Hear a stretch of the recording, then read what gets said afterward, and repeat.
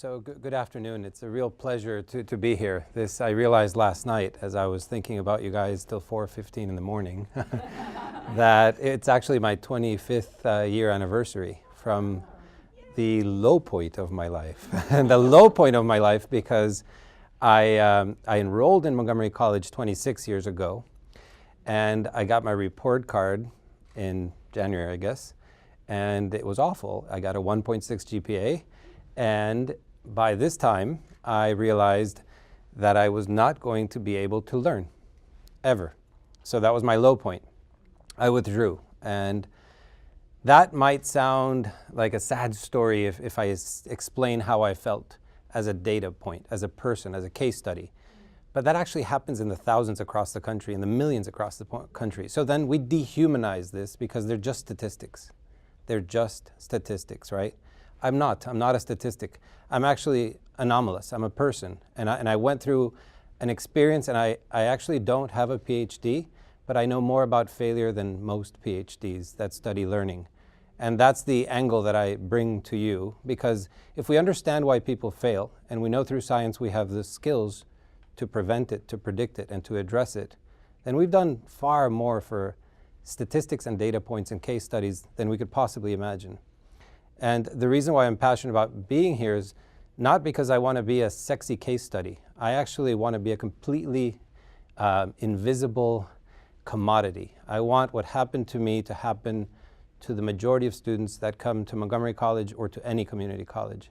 So that's actually my life's purpose, and that's what gets me up or what keeps me up. That's what I think about all the time, and that's what I'm here to talk to you about today. So first thing is, I think we need a paradigm shift across the board. When Professor Jordan said information is cheap, I was like, wait a minute, Professor Jordan's information is absolutely cheap. It's readily available. It's everywhere. But it's the foundation of knowledge, and knowledge is invaluable. I can't possibly think of somebody that can think critically or creatively if they're not standing on a mountain of knowledge. And knowledge is our relationship with information, how we internalize it, how we make sense of the world, and how we apply it. So being able to differentiate between garbage and good, and being able to store, retrieve, and apply is the foundation for these 21st century skills. So the first paradigm that I'd like us to challenge is that, yes, information might be cheap, but knowledge is not. And the content that used to be sexy is no longer sexy because, you know what, it's everywhere. So if you're seeing yourself as a sexy distributor of content, you got to think higher of yourself, because your responsibility is much greater than that, much greater than that, and it's readily available. So we got to stop thinking about the traffic jam of information and stop thinking about why these outcomes are so elusive. You're not part of the traffic jam. You have a far more important role. And these students are waiting for it. These case studies, these data points of failure or frustration, they're not waiting to hear that you need to embrace a growth mindset. I'm sorry to break that, but they actually need to understand why they're failing, and they need tools to succeed. Then they will naturally embrace a growth mindset, because success begets success and persistence. And if you're telling me that I'm failing and I need to do it again, then that's the definition of insanity, right? Doing the same thing and expecting a different outcome. So another challenge that we have to consider as a community college, part of what you attract are students that want technical skills. And these used to provide great jobs that are now being automated. So I'll borrow a line from the Matrix that says, do not put a human to do a machine's job. With technology, education has had actually a contentious relationship for a long time, for 100 years at least. And we've heard a lot about this because the opposite happens. We're putting a machine to do a human's job. We're trying to make ourselves be irrelevant, and you're absolutely relevant. A machine will not rescue somebody that's struggling to learn. You will. So the relationship that we must rethink is the one that we have with information and the one that you have with your students, and the proper role for technology to have in your classroom. So this is my best attempt, production that ended at 4:16 in the morning, so I hope you like this slide. The argument I'll make here is that what colleges have been tasked to do is to figure out a way by which they can standardize, measure, and distribute content to their students because that allows any society, any government to know what it means to have a degree in something. Whether it's an AA or a PhD, it doesn't matter, but we need to know what that means. As an employer, I need to know that. As a person, I need to know that. That's great. I can't think of a better way to do that. So this is the game that a community college is forced to play in. And you are dealt with a losing hand, and you have the opportunity to convert it into a winning hand. So what I mean by you are dealt a losing hand is that the institutions that are most prestigious are the ones that are allowed to cheat the most. And by cheat, I mean that they are able to select winners in advance. So the degree to which an institution is prestigious is nothing more than the selectivity of their acceptance, of their admissions process. So if I can pick identical brains, I can standardize how I teach them. And I've won the game. I've already beat you. You have the opposite. You are hope and opportunity to any student that wants it. So by default, you are a magnet for neurological diversity. The rest are by default a magnet of well-behaved herds that can be taught through a machine or whatever you want to call it, right? It's no surprise that these students tend to end up in the same careers. Consulting and investment banking after going to the most prestigious school, even though in your essay you said you were going to change the world. Where did that go? Okay? So in this case, it's absolutely different. You have to leverage the diversity, but if we go into this game with the same rules and the same playbook that MIT and Princeton go through, you're going to lose. You're going to lose for sure. But there's always a tailgate party, and that's what we have to have, the pregame, the tailgate. So Montgomery College has to be a pioneer in tailgate parties. The pregame is what's going to get you, to get your students excited about the uniqueness of their brain and about their opportunity to influence, to shape, to improve. So you as a professor are not somebody that distributes content. You're far sexier than that in my mind. You're the bridge, you're hope, you're my coach. You're going to take me to the other side. And that other side is one I haven't been to very often in the past. So this is really important. This is usually the last time I'm going to take this bridge. Otherwise, I'm going to think that the bridge is not for me. So this opportunity is not done by embracing the left. And the left means, well, I'm not ready for college. I need remediation. Remediation means a college student that enrolls in a college and needs high school level courses. The high school student or the college student's actually telling you, I've already tried to eat the broccoli and I couldn't, got indigestion. We can't possibly say, don't worry about it, I have more broccoli. So, and by the way, the price has actually gone up because you're in a college. So this is why remediation typically doesn't work. You're actually telling somebody that's telling you that they're allergic to broccoli to have more broccoli. But you're actually trying to genuinely succeed in this game. The right game is invisible. It's what's beneath the iceberg. What's beneath the iceberg is a student's unique cognitive profile. And cognition has a sequence. And I like to simplify that. Obviously, it's very complex, that students that have weak working memory, weak processing speed, or weak attention tend to have weak executive function. By having weak executive function, we might be impulsive or disorganized, or we're not good at cognitive shifting, or we're not good at planning in advance, or we're not good at knowing how much we've learned. Our metacognition tends to be a little bit off. And at the same time, these students typically struggle storing information, so their long-term memory tends to be weak because working memory, and I'll show in a few slides why that happens. And if those things are not happening properly, then the 4 C's that we value to actually flourish as economic contributors to society in any career, we need those. But these are going to be compromised, right? So I'll also talk about the contentious relationship that we've had with technology, and I hope we continue to have it, because technology is not a panacea, and neither is most of the things that we hear. But I think as educators, we're typically looking for panaceas because there's a lot of charlatans that actually promise to have one. And most people, if you're good, if you're really, really good, at best you're part of the equation. Never trust somebody that tells you they are the solution. So if we look at it this way, so these 4 C's are not 21st century skills. They're actually 4th century skills. So when learning was Socratic and individualized and elitist, this is what you sought and this is what you got. But now we realize that lifelong learning is a prerequisite to a productive life, right? So jobs change faster. You can't equip me with the content to succeed in life. So you must prepare me to learn for life. So I would actually argue that if we change the definition of successful education to be one whereby you define a successful education as an educator by graduating yourself out of the learner's life, and the learner never graduates from learning. If a student is able to continue learning without you, you have just given them survival skills for life, which is why I say your content is not as sexy as your skills as an educator. You are far more important than the content that you distribute.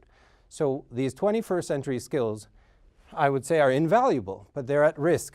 They're at risk because the cognitive framework that we all rely upon to learn is completely different for all of us. And you couldn't have more diversity than the diversity you have at Montgomery College, because you're giving hope and opportunity to everyone.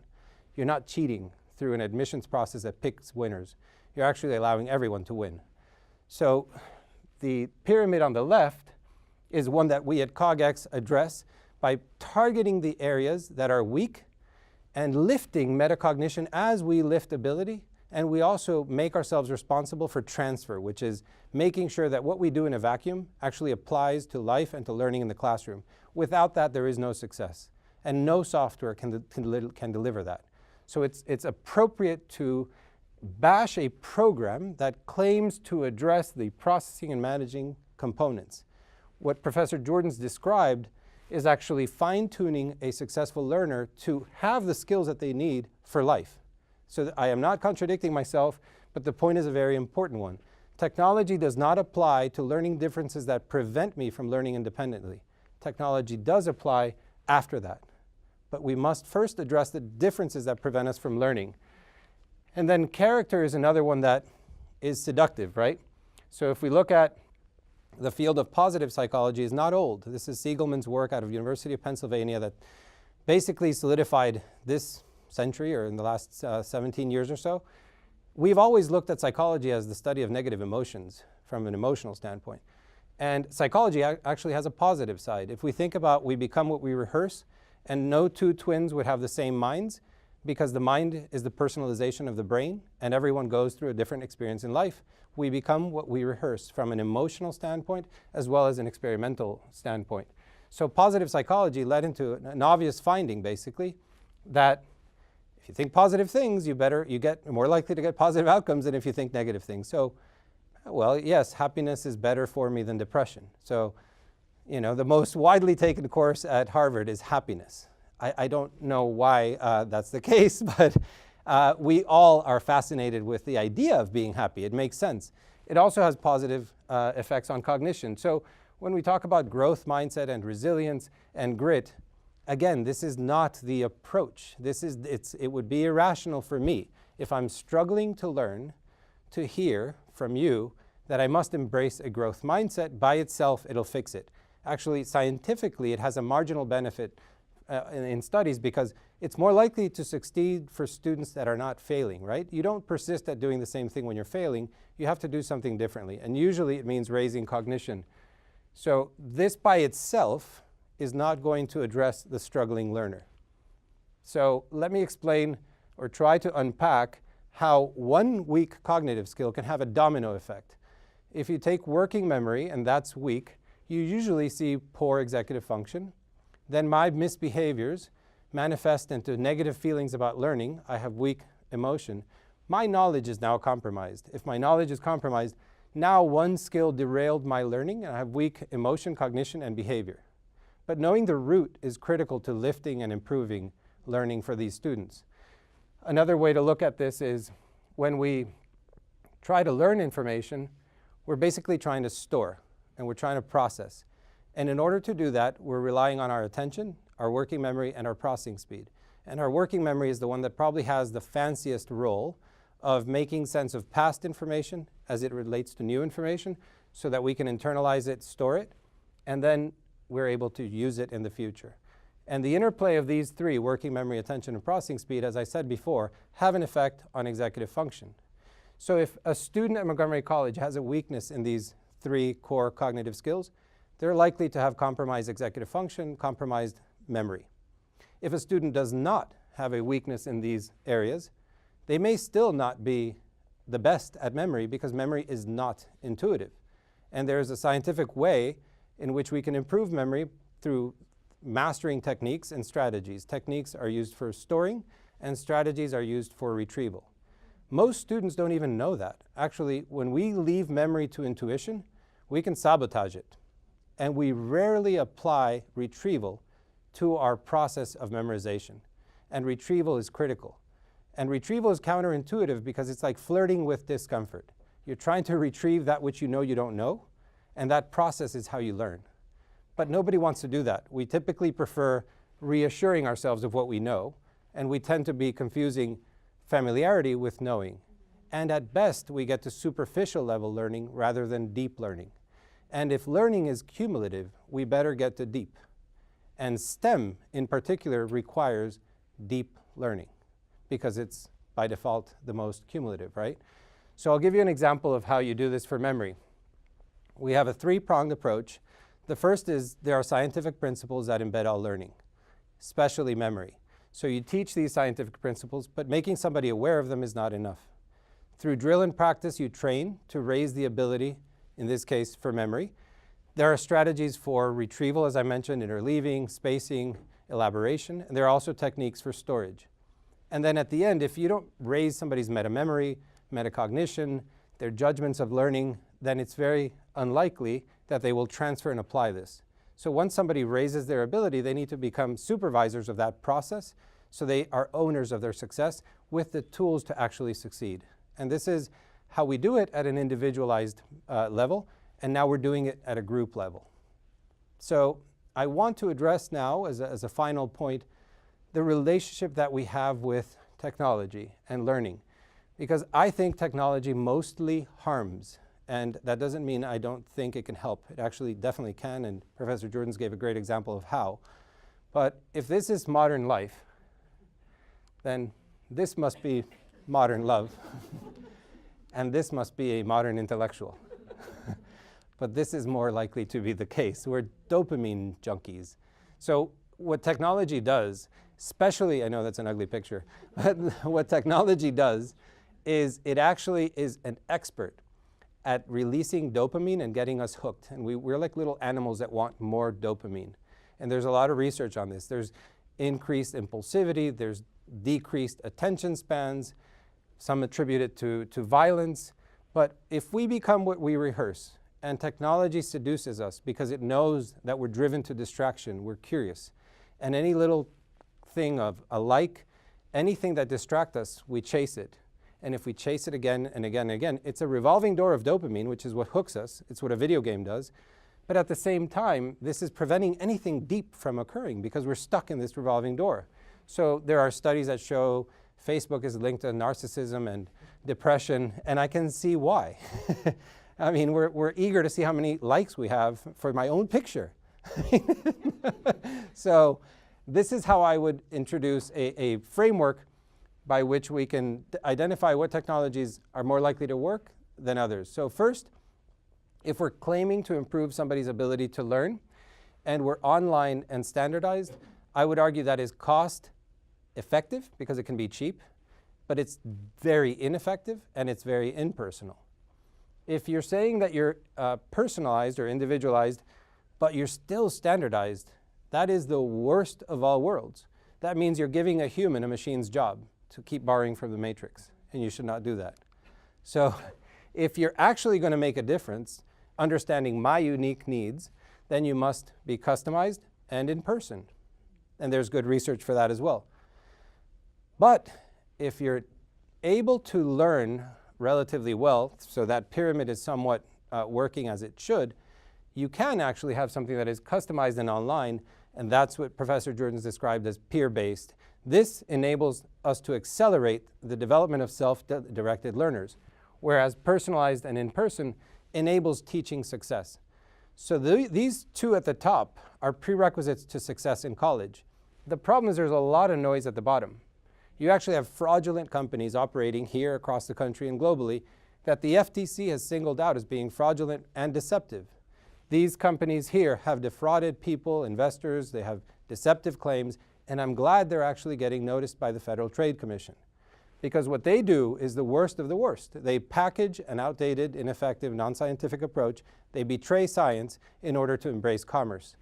And at the left, you have something called Lumosity and hundreds of others of apps that claim to do this. So they add noise, and they don't fix the problem. They were also sued by the FTC. So how do we eliminate the traffic jam? And to eliminate the traffic jam, I'd like to think of yourselves as bridge builders. And if bridges are what distributes content, then that's the strength of my cognitive abilities. And when I say you're far more important as an educator than your content, that's because I see you as a bridge builder. For these students that come here with enormous neurological diversity, that you ultimately want to light up the neurological pathways upon which students depend for life to learn. This is the last opportunity to build this bridge, and we can't let students fall. So I would love the opportunity to continue working with Montgomery College in order to build these bridges and facilitate these successes for students. Thank you very much.